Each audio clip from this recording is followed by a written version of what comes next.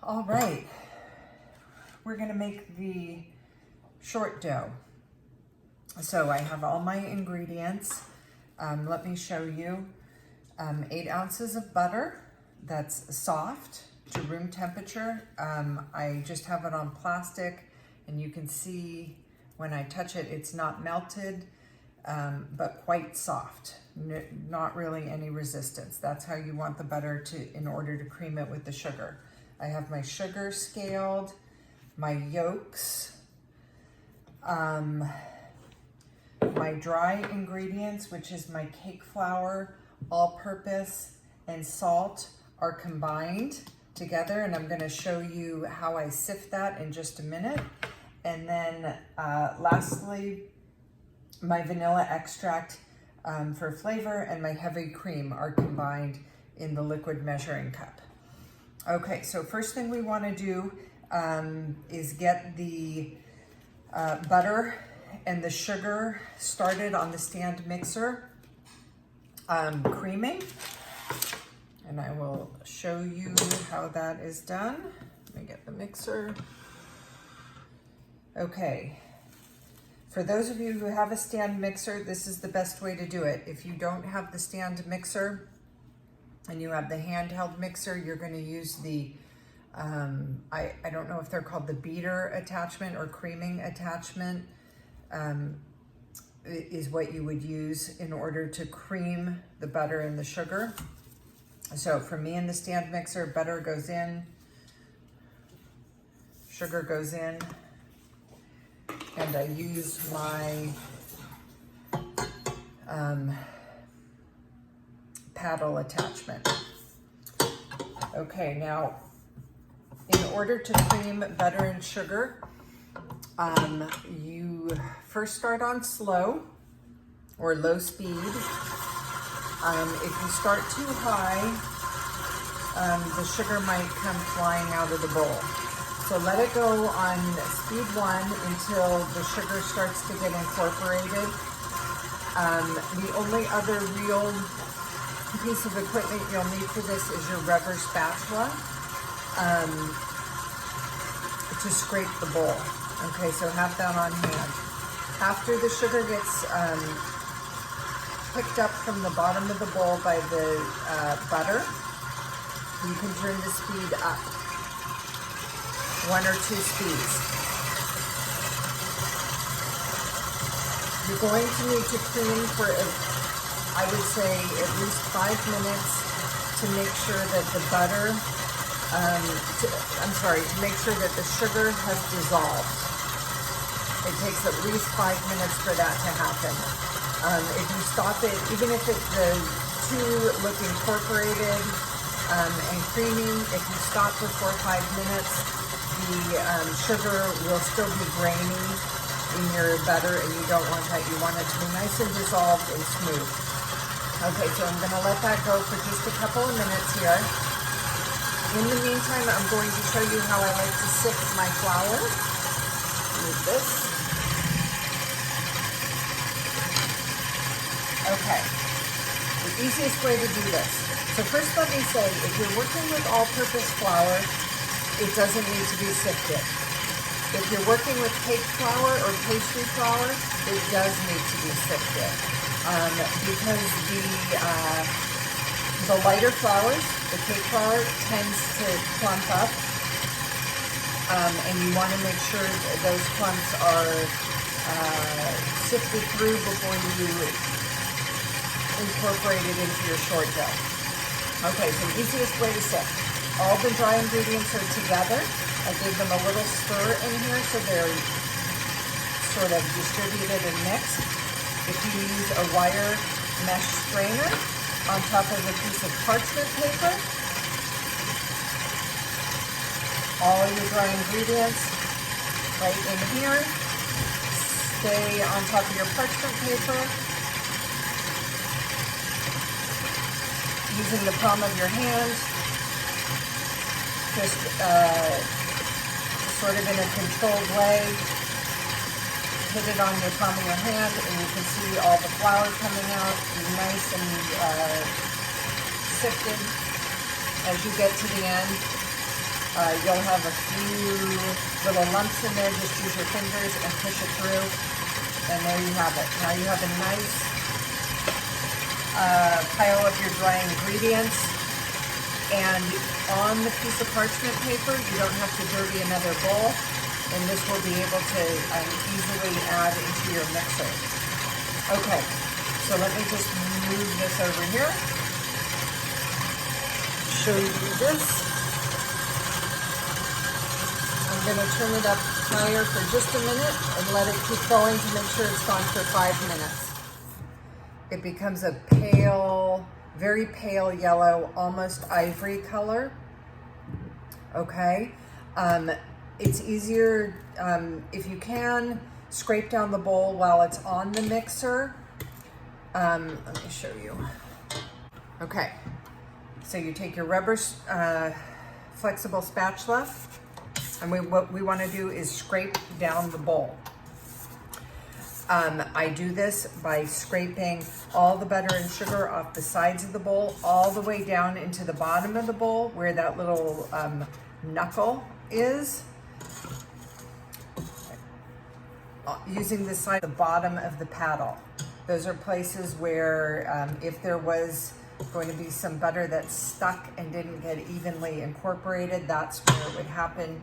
You want to make sure everything is evenly incorporated and the sugar is distributed before you move on with the recipe.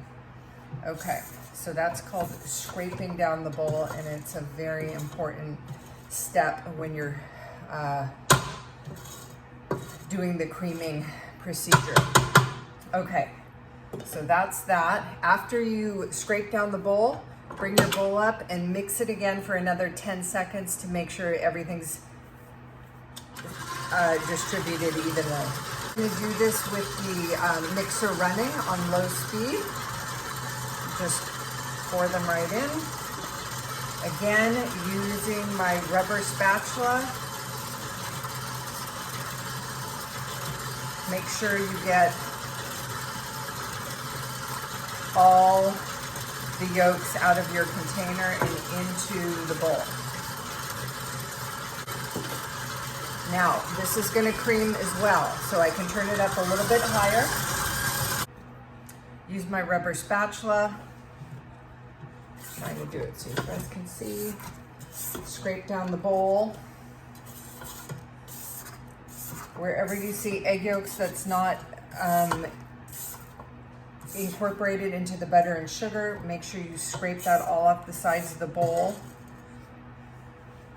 Use the mixer to clean your spatula. So I'm working on sort of speeds 1, 2, and 3. I'm not going any higher for this recipe. Okay, I want to take this down so you can see it. So now it's gotten a little deeper yellow, but very, very creamy. Okay? Now we're ready for the dry ingredients. And honestly, it's easier to do this off of the mixer. So let me show you. I don't have to scrape the paddle attachment entirely, but I'm kind of whacking most of the butter off of it. Okay, stand that here so you don't have to clean it, just leave it. Then we're going to add the dry ingredients. I just carefully lift up my parchment paper with my sifted flour. I want you guys to see how I do this. Just like this, okay? So I have that there. And then use it like a little funnel and pour that in. Okay, so like I said, I didn't have to dirty another bowl. Got everything right in there without it flying out of the bowl. Paddle attachment, didn't dirty anything. I just stood it up on the counter, and let's get it back on the mixer. I'll scoot it so you guys can see it. Get my bowl down. Paddle back on. Now, with the dry ingredients in here, this is very important. start on speed 1. And sometimes for the first little bit until the flour gets incorporated, I just pulse the mixer, turning it on and off so that the dry ingredients do not come out of the bowl. Okay, see how I do that on and off? And then when I see that the flour is starting to get mixed down and I'm not worried that it's gonna come out of the bowl, let this go on speed 1. Now, you wanna have your cream and your vanilla ready, because as this is mixing, I watch it as all the flour starts to get incorporated. I want to stop it just to explain. There's still a little bit of dry flour. I'm going to turn it back on to speed 1 and I'm going to pour the liquid ingredients in. You try to aim it so it goes in between the paddle and the side of the bowl, and it's going to help pick up all that dry on the bottom of the bowl. Speed 1 is good. Use your rubber spatula, get all the cream inside and all that flavor so you don't miss the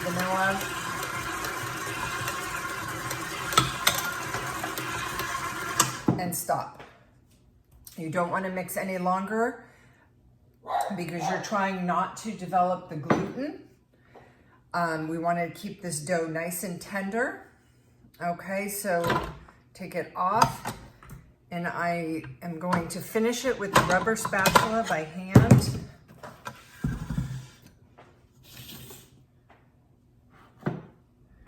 First thing I'm going to do is clean off my paddle using the rubber spatula. Just push all the dough into the bowl. This is a very soft dough at this point. We're gonna let it rest and chill in the refrigerator where it will firm up as the butter gets cold. But right now it's very soft. So again, just a reminder, the important step, do not over mix so that you don't end up with a tough tart dough by developing the gluten. Okay, so get all of this off. There we go. Now, using the rubber spatula, scrape down the sides of the bowl, get everything sort of into a mound in the bottom of the bowl.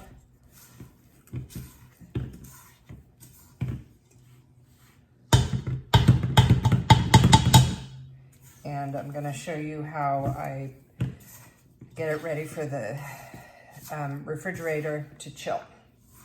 Okay, so it all comes together nicely like this. I take my plastic wrap,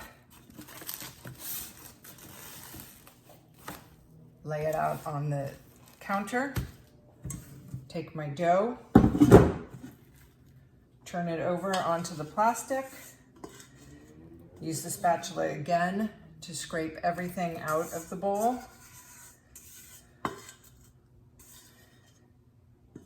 Okay, there we go. Now, make sure you guys can see that. See, it's a little scrappy. It's very soft, a lot of fat in here, but it's not all together. That's fine, just kind of bring it together like this. Then take your plastic wrap, turn it, cover it. Using that, you can flatten it into a disc that's approximately an inch thick, maybe even a little thinner. This is probably more like 3/4 of an inch.